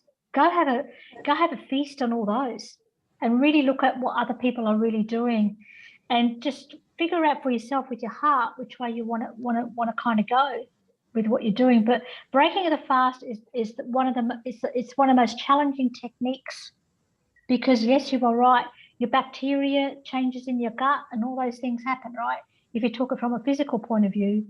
And so it's more complicated or complex sometimes, you know, than what it is. Like, it's I would go watch all of Arik's YouTube channel videos. I would go sit there and do you know, when I did my journey, I watched hours and hours and hours and hours when I did the master fast of all the interviews on that channel. I watched hours and hours of it, and sometimes I watched more than 3 or 4 times. I went in full on, you know, even to go to the observed state. I found, well, we know Muji, the fastest person that teaches you how to go into the observed state. I watched hours of him. You know, I really gave myself to it all.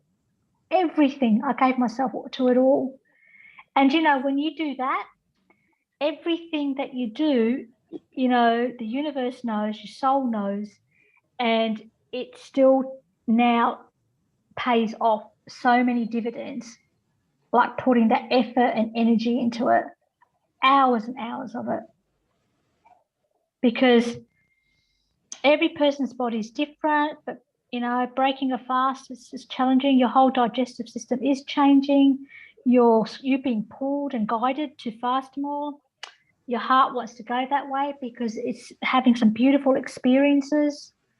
And but yet the body has to be adapted still. It still has to go through its adaptation.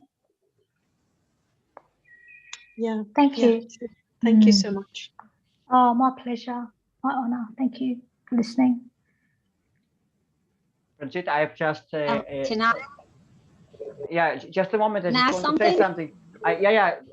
Just a moment, Vital. No, I just about something that Sanjala asked.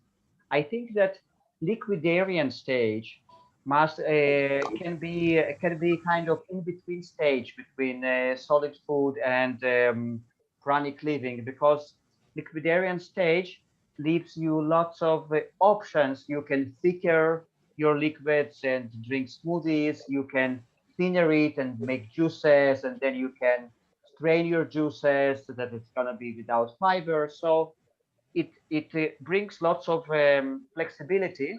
I have been on this in this liquidarian phase for quite a while now on, and it's good. I think it's a really good stage in between. So so if you need any Sanjela, if you need any sharing or any guidance or whatever, you can just WhatsApp me and we'll chat. Okay. Okay, thank you so much. I'll do that. Would be much appreciated. Yeah. Yeah. Okay, Revital. So please, over to you. Yeah, I just wanted to ask about the thing you're hi, first of all. About this love that you get to this point where you love yourself, you love everyone. No, you're not judgmental. How do you get to this point? Like you. Oh. I mean, don't get me wrong. There are some times when little Ranjeet comes in and she has a bit of a mind fix, like gets a bit frustrated about certain things, but I'm very aware of it and I move through it. So, opening up the heart. So, the oneness, unconditional love. Everything that I see, if I see, it's all a reflection. So how I treat someone else is how I treat me. And, forgiveness, forgiveness and even forgetting, or, releasing, I suppose, would be a better word, to release things. And, that's a really tough question to answer. Being oneness. Ecstasy is something that's just an incredible feeling, because when I have unification, and I have the physical and non-physical orgasms, so I move into a place where I go into the divine one and into the light. And as I move through that, I can dissolve myself, the mind of Ranjeet.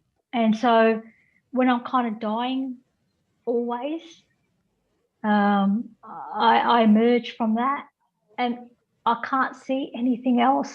Like I can't see what other people see. I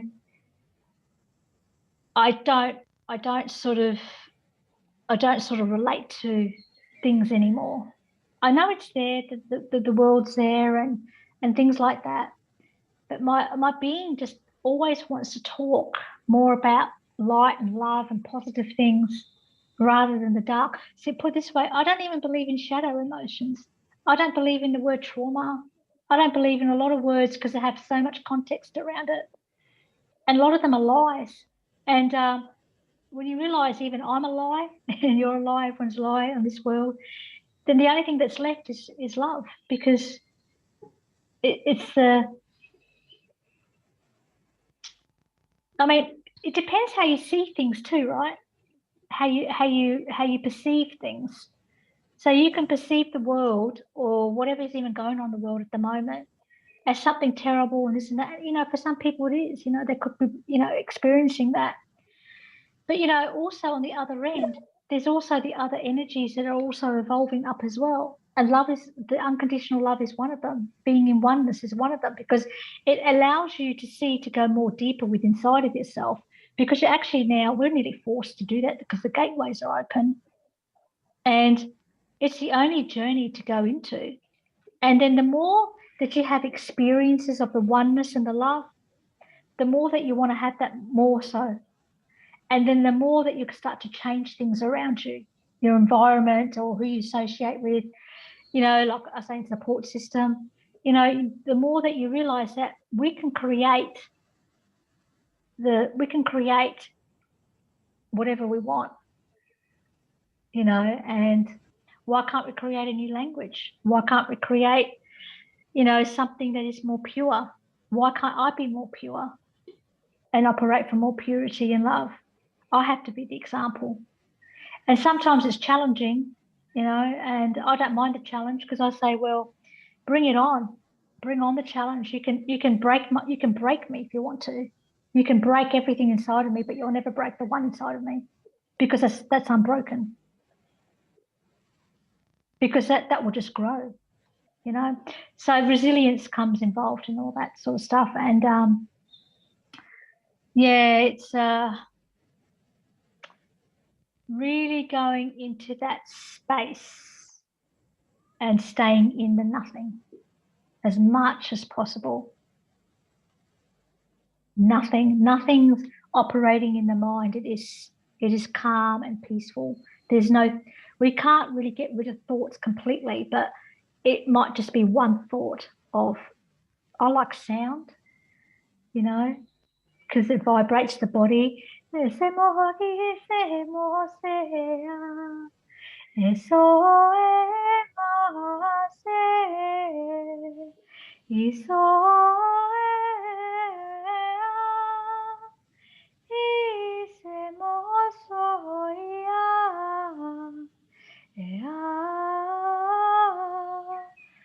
I find sound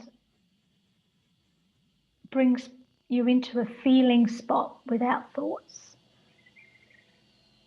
And that really kind of brings me into oneness. And I really feel the love, because it's not me that's singing. It's all of us. I'm just a channel. I don't know if that answered. It's a tough question to answer. It's not about black and white. There are no formulas. Just a lot of it is intuition. I understand that, and also I also see that as I go deeper, sort of the difference, the gap between me and the surrounding. You know, we're speaking different languages, just like you said, different languages. It's I don't know, we're experiencing things. That's just like you said, we need to be together to support one another. Otherwise, it's hard to be alone against the whole world. You sort of, I speak now with people. I don't know, we speak different languages now. It's sort of, it's weird. So yeah. Everything's open. All gateways are open. All energies are open. Everything's rising up. But the one thing that always stays the same is the one that's inside of you. So it doesn't really matter what's going on.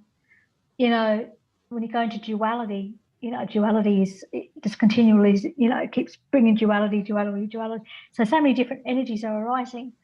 But the one thing that never changes and always stays the same is what's inside of you. And that's where, like, I always go first before I go into duality. Like even now, I'll come into me first, because I'm feeling your energy, right? So I'm feeling your essence. And so I want to serve you first. And I have to come into the place of inside of me to feel who you are. And then I can come from a place and say a singularity, you know, or a, you know, focus point of what I can say to your mind, because your mind's going to see it.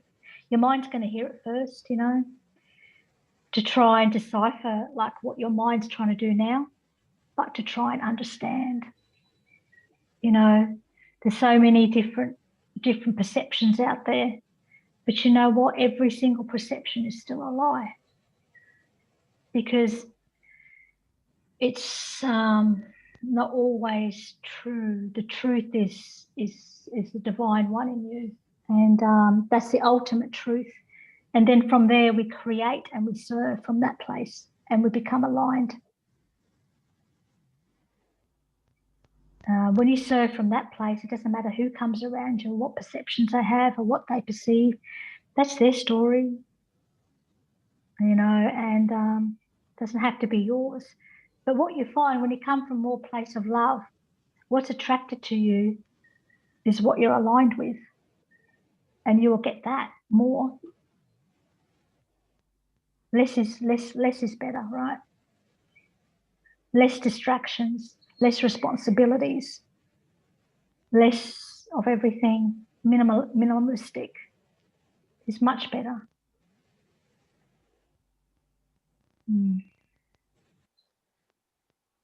Yeah. So much easier life in that way. Simplifies down. things. Yeah, Back to it basics. simplifies. Yeah, you got it. Yeah. I'll always bring people back to that. Okay. Yeah, because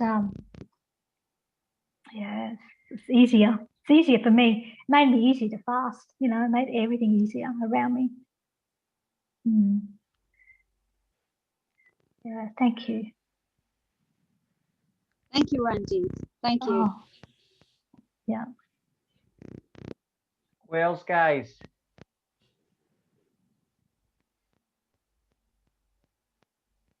No more questions? Good evening. Oh, hi, Ranjeet. Sorry to. Oh, hi. hi. Hello. I can see you. I am so happy I caught you live. I always love talking, chatting with you live. Truly do. I was wondering. No, I wasn't wondering. When I was listening to you, I was thinking, I'm listening to Yogananda. I am listening to Teresa Newman. Do you know Teresa Newman? She had bleeding from her hands in empathy towards Jesus Christ. Because you talk about Christ consciousness. She lived for 38 years with nothing but a wafer that they offer at church. Nothing else. 38 years. But I think she bled away after a while. I'm not sure. Or the Germans really interrogated her too much beyond her capacity to stay on this realm. Anyhow, I'm listening to her. I'm listening a little bit to Muji, who now and then he gets kind of annoyed at, don't you guys get it? It's just you. There's nothing but you. Thank you very much for sharing again. I really appreciate it. We need these reminders daily. I'm going to watch this video a couple of times this week, next week, and the week after, until it really sits in. It's just me. It's just you. Nobody's an idiot. We just didn't get it. That's all. Thank you very much. Oh my God, I love you, sister. Thank you for being with me all the way through, because it's people like you that call this. It's people like you that call this allows me to come forth. It's you. It's just how it happens. It's never just me. Yeah, we know that. Hey. Yeah. Thank you for calling me. How's your physical building coming along? Is it okay? Yeah, I'm good. Challenge. Yeah, well, I see some rhomboids there. Yeah. There's some rhomboids there. Yeah. And deltoid. I got my muscles there. Well, I did that walk from Brisbane to Cairns, which is like 1,630 kilometers. Yeah, I did that. And I'm walking now. This is crazy sometimes. People think this is crazy in their mind. So 4.5 hour walk yesterday in my dry fast. Yeah. The thing is, like when you're out in the nature and you're dry fasting, we're getting fed off the trees, and you're getting fed off, of the ocean and the water and all those things. And when you go into this is a thing, because your whole world of this earth, we're on a different earth plane. I'm on a different earth plane. Yes. I'm not in this old earth plane. So your whole dimension, everything just changes. So I'm walking. I tell people I don't mind sharing stuff. Thank you, Anika. You pulled this out of me. Awesome. I walk in this dimension, but I'm walking in other universes at the same time. So I'm not just like walking. Like when I walk, it's the most incredible experience to walk. Walking in this journey in a dry state is one of the most beautiful blessings. It's a grace. It really is. You know how magical this world really is and why we come to Earth. It is so beautiful. You know, colours become brighter and all this stuff happens. You sense the atmosphere, you sense the consciousness as you walk through the atmosphere. You know, there's portals in atmospheres, you know. It's you can walk through it. Like you just go, well, this is how teleporting will probably work. You know, I haven't teleported, but like I'm thinking teleporting is possible. I can see how, like with the Aboriginals, the Indigenous people, they teleported here in Australia. Yeah, so you know all those things are definitely possible. Levitation is possible because you feel the sense of the energy. You become lighter. You know, you're working on a whole different energy level. And we always have to be in our light body or our energy body. So our energy body expands out of our physical form. So we move into our energy body. And when you move into your energy body, you're actually moving through this earth and everything else in a different way, because it's just energy. Like, you know, before I come on here, I was praying all over you. I was giving you energy. I was giving you love. I was opening up my heart, doing all that, wanting to serve. Because What time is it? What? Yeah. Service is another form of nourishment. You Do know, you when ever you're so full of love. Do you ever get frustrated like Muji does? Yeah, I do. Like I've surrendered a lot because I've helped some people, I've helped some people and stuff, and you're always dealing with their ego, like the mind, because the mind just wants to understand everything, you know, it just can't help itself. And the ego's there because it has to protect itself, and me syndrome. I want to understand. But the thing is, that part is the biggest challenge, because I can't just let go of the mind. If you just let go of the mind, you see things completely different. You know, everything just changes when you let go of the mind. But you have to love with the mind. It's a process, because, you know, you've got to go through the emotions and release all that and everything else. But do you know there is a fast way? You don't have to go through the mind. You just go straight through your heart. Yeah. Because once you open up the love and you go straight through your heart, then the mind relaxes. It just like goes, oh, thank you, thank God, I can rest now. It's like your digestive system. Oh, thank you, I can rest now. It's like your organs. Oh, thank you, I can rest now. Once you open up the heart, it's like, because the heart is the sun, right? So if you look at Christ consciousness, it is the sun. We are the sun, so we are the photonic light. So once you start opening that up, and then you bring in the ecstasy and the joy, you are starting to move in a different way. But wasn't mind originally giving you the idea to open up the heart? Like, how do you get to that decision to open up the heart? My soul guided me. So you had a low voice inside you saying, "Okay, just relax. Whatever happens, I'm gonna love." Okay. So my higher self. You have to distinguish the mind to the higher self and my beings, right? Guidance, the internal guidance system that you have with you. You have to trust it. Trust your intuition. You know, start surrendering into that more and more and more, and trust it. And then your soul, we go into the flow state. So your soul will guide you in flow. It will never ever question or do anything. You just got to allow that's the energy to come in, allow that to take over you. And once that you allow the surrender and you go into the background and you allow yourself that to come more forward, and then you trust that more and you open up the heart, because nothing's going to hurt. There is no fear in this, really. Nothing's going to hurt you, or, you know, nothing's going to happen, because the soul wants to evolve and it wants to do it here. But see, when we go back to fasting, Ranjeet, when we go back to the fasting, it's the fear that stops us. So how do you surrender fear? Raw fears of the mind. It's the fallen state. You know, you just love on fear. You say thank you for it. Protect, I guess.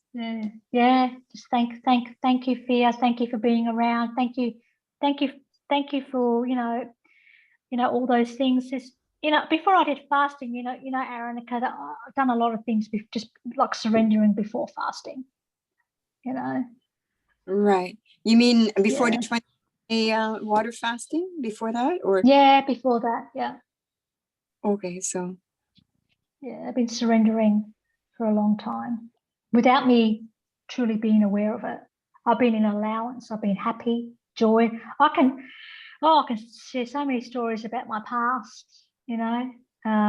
was the born again Christian a part of it a little bit that you I went think through? so. Yeah. Becoming born again for the sake of my husband who was really sick. Yeah, was a amazing event. Yeah. Definitely took over then, and allowed that to happen too.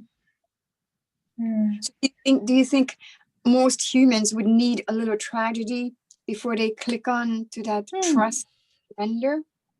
I think you need to break down. Yeah, I think you need to be stripped away. Yeah, right. So I cannot It's tell not- that 28-year-old son. He just won't understand it. No. No. Most people want to hold on to everything. You have to go to zero. I walked out. My husband with $0. I had $0. Yeah, I did it. Yeah, I did it. Yeah. Pretty courageous. Yeah. Because Yeah. I know it's different to be a minimalist like Elton, but another is being a woman and loving life, loving people. It's a different way to everything, but you do have a nice supportive family in a way. So that was good. Yeah. That you allowed them to help you, and then now you can help us. Yeah. Oh my God, yeah. I love that. I love people just honoring me, to listen to my story. It's just it's beautiful to share because kind of think, oh, like Ranjeet used to think, oh, this is a bit weird. People aren't going to get this, but you can't help but not share it because it's not fair. I have to share it and take the risk of really everything. Yeah.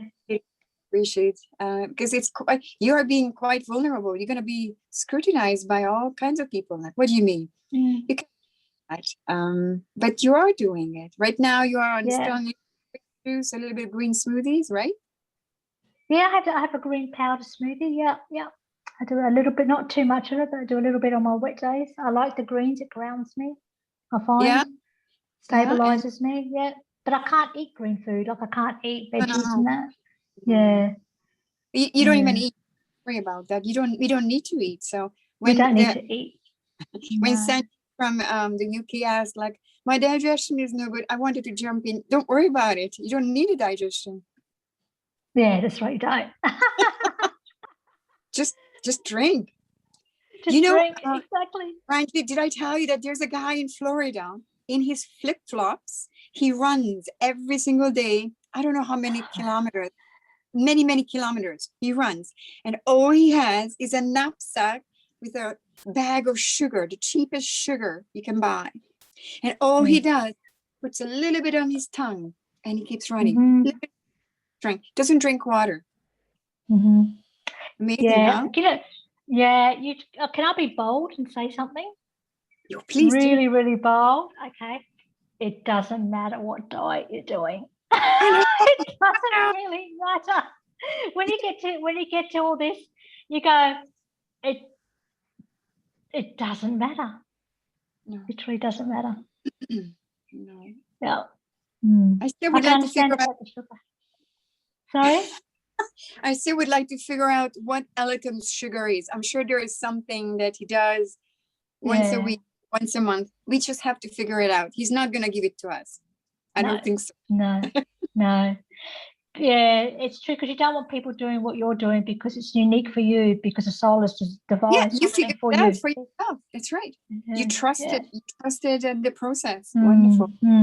Instead of just giving it all to somebody, oh, you figured it out for me. Please help me. Yeah. I have this and this and this condition named by these people. You need to help me.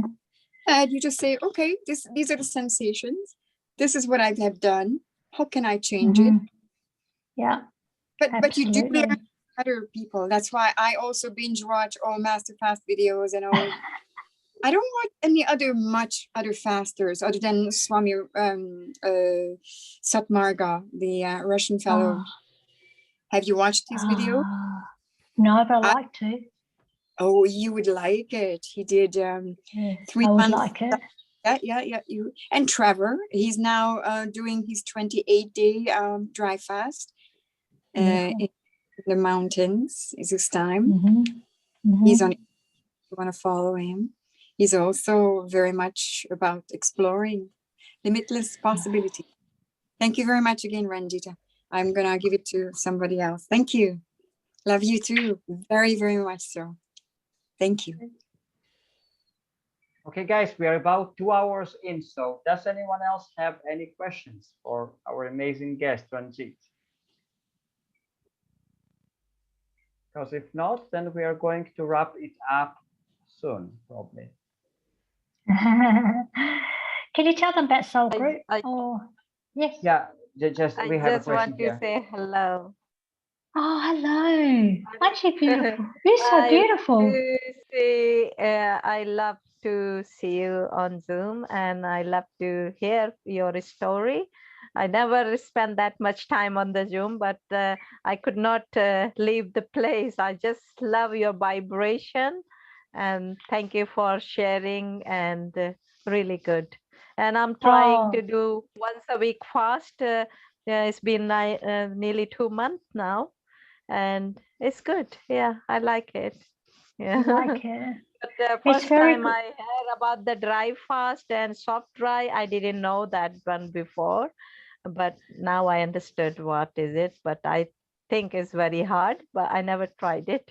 Maybe in future, not yet. Yeah, I love to Yeah, see you. yeah, love Yeah, to see you. And may I honor yeah. you with some activation or energy for you by being here live. And Thank you. may you go onto your path, your soul path, or whatever that is. You beautiful lady, I can see. You got a lot to give. you. Okay. Yes, Beautiful. everybody say I'm very caring and always, Can yeah, tell. people come and love to talk to me. Yeah, yeah. I would love to talk to you. I even feel that. Thank you. Thank you very much. Oh, my Thank pleasure. you. Good evening, Ranjeet. You're Good speaking with Roy. evening. Evening, how are you? Oh, very good. I had a whole lot of questions, but I think they kind of melted away. It's just so nice to have been with you tonight and listen to your lovely story and share your lovely energy. Thank you so much. So, yeah, so no questions, just showing my appreciation. It's been most wonderful. You know, such people like you exist in the world, and it gives me so much confidence on my own journey. So I really appreciate it. Thank you. Oh, thank you so much for those beautiful, kind words that they last in the forever. They last in the forever. Just your intent. I can feel your heart. So I really appreciate you opening up your heart and saying that without having any questions, just to come on and say those things. And it's lovely. Appreciate you. Appreciate you. You're beautiful. Oh, you're so sweet. You're so lovely. Thank you so much, Ranjeet. Love you. Yeah. Love you too. Thank you. Oh, now I'm going to cry when I get off. Cry in love. Oh, wow. Ese amase, o seguía solo, o soea, te amaré,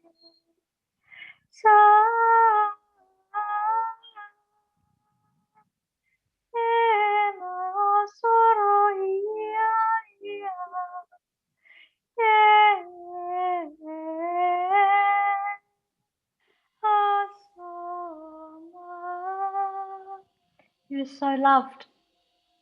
You were so loved.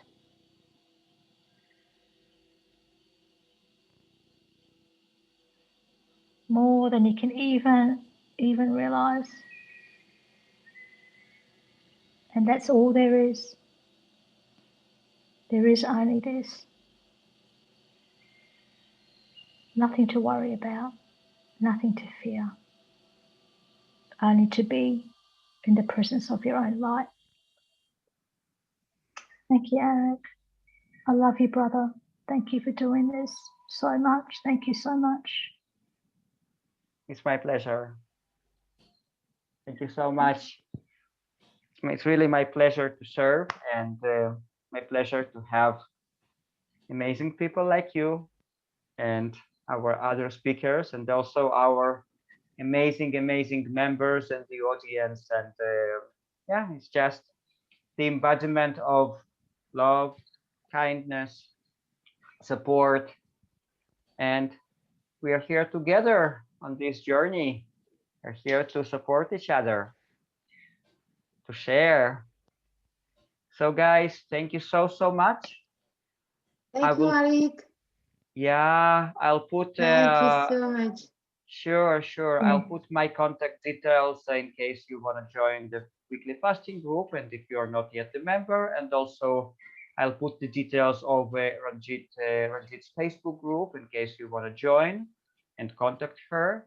Yeah, and hopefully we will have our dear Ranjeet for other webinars in the future. Oh yeah, we need to have her once a month. Absolutely. I agree. Yeah. I Remind us, yes, we need. yeah. What a real reminder. Yeah, I would personally love to explore more this subject of the unification of male and female energies and the relation to the energy in general. So we'll probably keep it for the next time, because we are on a very good vibes right now. So thank you so much, everyone. Thank you very much, Ranjeet. It was our honor to have you. And yeah, and love and light for everyone. Thank you, Arik. Bye bye. Thank you, everyone. Bye. Bye, guys. Bye.